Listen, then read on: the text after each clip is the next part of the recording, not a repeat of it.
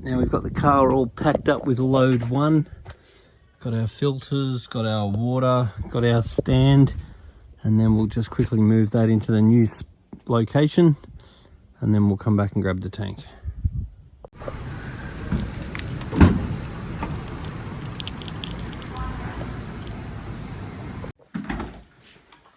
So shopping trolleys come in handy for moving drums and stuff, that's for sure.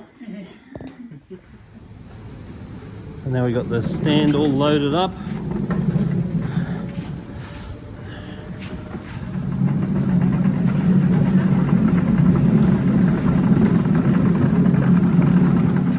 So when we're putting the stand in, we don't want to put it in position because we want to make it that we can easily get around it to put our fingers down and slide the tank into position.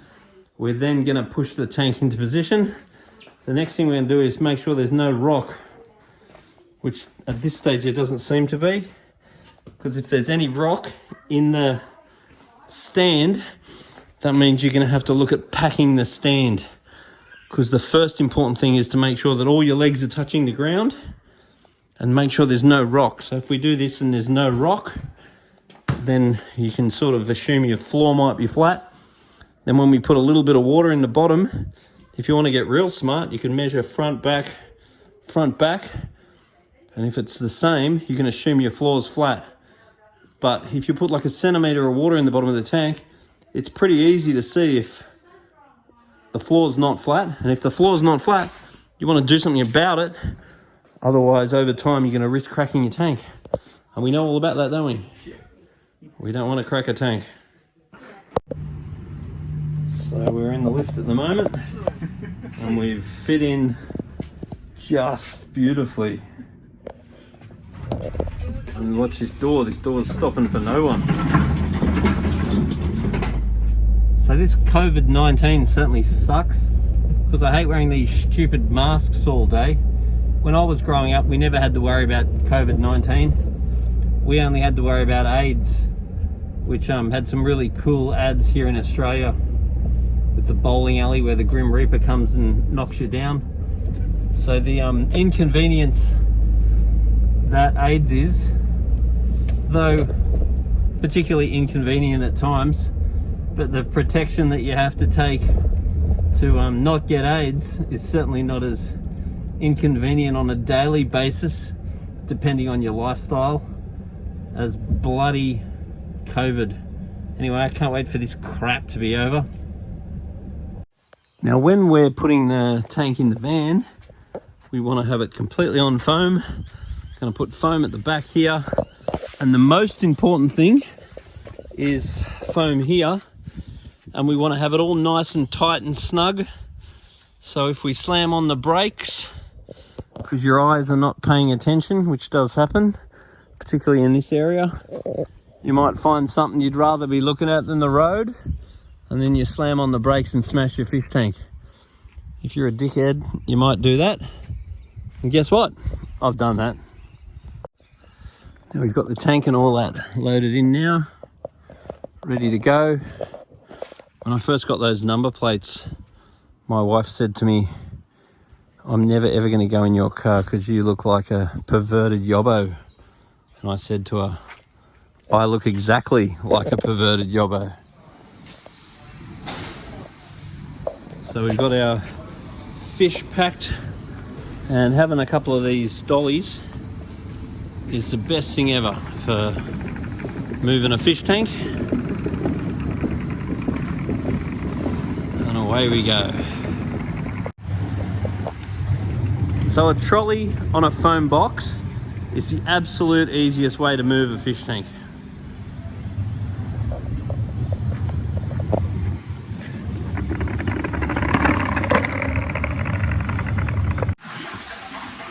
So now we're just filling the aquarium up, chucking it in the good old bucket to help stop agitating the bottom. The sand is a little bit dirtier than I thought it looked, but that'll settle very quickly and won't really be a big drama.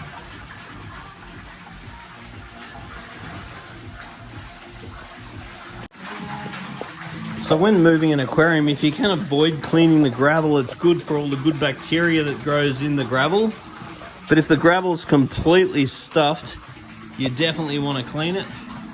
This gravel's probably a little bit dirtier than I thought it was. In the other tank, when it was in the original position, it didn't look that bad. It's not a big drama though, it'll settle very quickly. But if you are worried, particularly if there's any odor, then putting polyfilter in your filter is the best thing. And I do have some in the car for this, if we decide we need it. If in doubt, add polyfilter. It removes all the gases and so forth that can be poisonous to the fish, especially with this superfine sand, which is a higher risk for hydrogen sulfide. This stuff, it's your best friend, particularly for a job like this. Now, aquascaping a tank during a move is more of a good idea than a reality, because it's very common. The water's not super clear, which is the case here. Now, the temperature of the tanks, the fish are in, seem to be slightly less warm. So what I'm going to do is just introduce a little bit of water out of the tank into each one of these, so they at least feel the same temperature before I release them back into the aquarium again. Because obviously during the move, I've had the water in these tubs, which are not as insulated as the foam box. So the foam box has stayed warmer.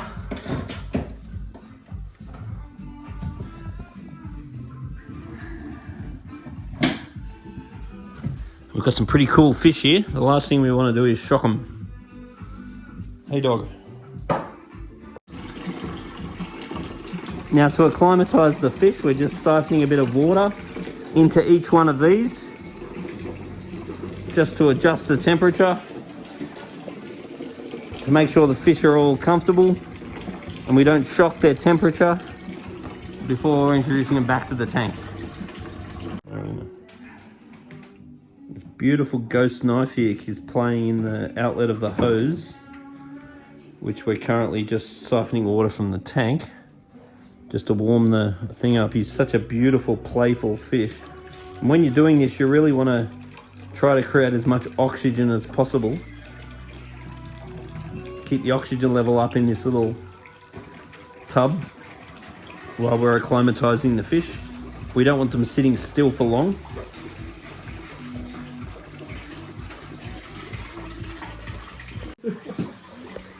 Now we've got the filters running now, and I hate spray bars. I just think they're ridiculously ugly. Though functional, if it was up to me, and it's not, I would just remove the spray bar like this.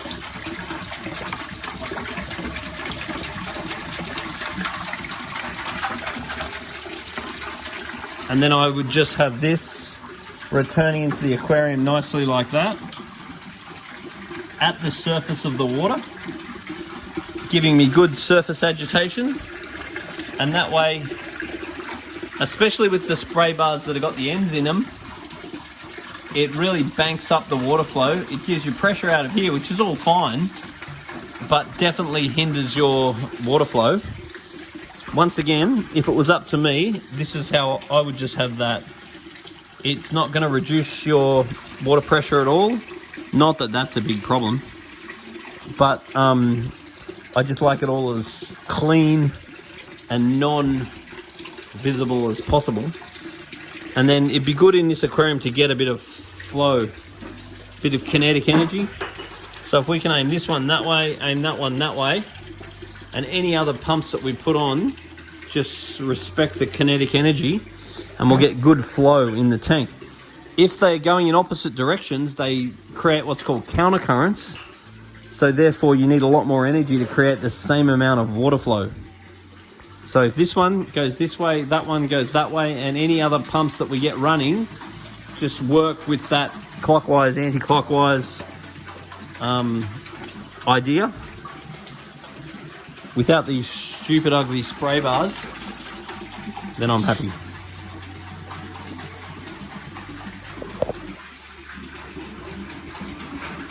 His ex-girlfriend. Hopefully he likes you more. So we've got the filters running now.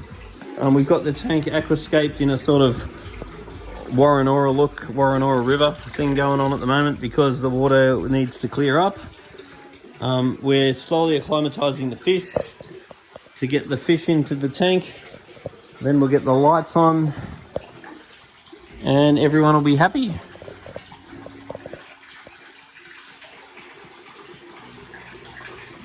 There's also a product called Vogel that you could look at introducing after a change like this. And any of your good bacteria products are never a bad thing. And after a move like this, it's really good not to feed your fish for a couple of days, because you want to just let that nutrient level settle down. And you want to have a real good understanding of your KH, GH, pH. Definitely watch your temperature and watch ammonia and nitrite. And if you do get ammonia and nitrite, you need to detox it using a product like Prime. And just keep a good eye on your fish.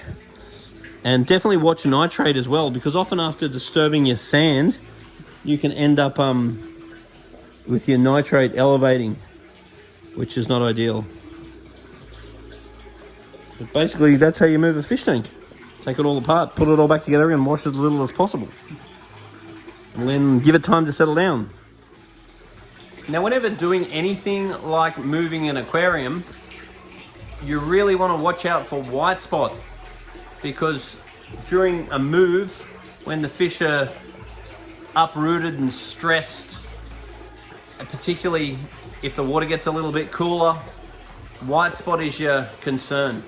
So it's very good to have some white spot medication on hand, because the key to treating white spot is treat it quick, because the white spot medications tend to be very effective. So keep an eye on it and treat it as fast as possible. Have some on hand. And products like Vogel, which are immune system stimulants, are a really good idea as far as times like this when you're moving fish. So keeping an eye out and being precautious is the key to make sure that something like this goes well. It's not set and forget. Don't just reset it up, forget all about it. You need to keep an eye on the fish. If they start breathing heavily, if they start itching or scratching, you need to report back straight away with that behavior, so any action can be taken. So we've just put the fish in the tank now. Now it's time for observation. Time to keep a good eye on the fish. Test the water when we need to. I'd want to be testing the water twice a week at this stage.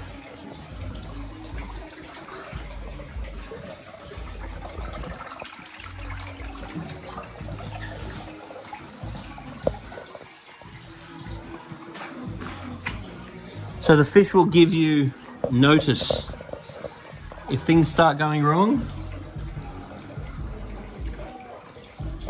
You'll see breathing heavy.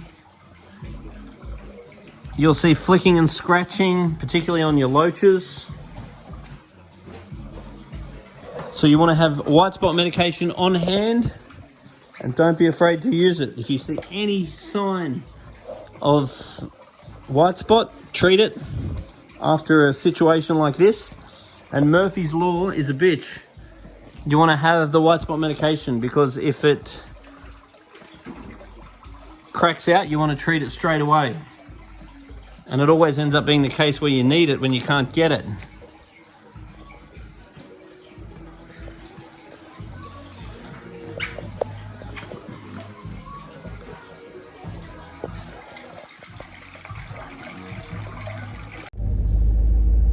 So that job went really well, all finished up. He's just going to put his lights on and just tinker around with the last bits and pieces of putting his tank together. And I get to head off home, and he just keep an eye on the water parameters, keep an eye on the fish, and give it a good day or two to let the tank settle down. And that'll be a nice, successful move. not feeding for a couple of days is important, and just keeping a good close eye on those fish. And that took about 4 hours, just to let you know. So if you're going to go moving a 6x2 aquarium and take all the necessary precautions, then expect about a 4-hour job. That's what that took. But every job's different because it depends on the amount of access there has, how many stairs there are. So that particular tank was a 4-hour move, just to let you know. Anyway, I hope you've learned something. And moving a fish tank's not that hard. It's basically just allocate a bit of time and take it all apart, put it into chunks that you can carry, and then put it all back together again.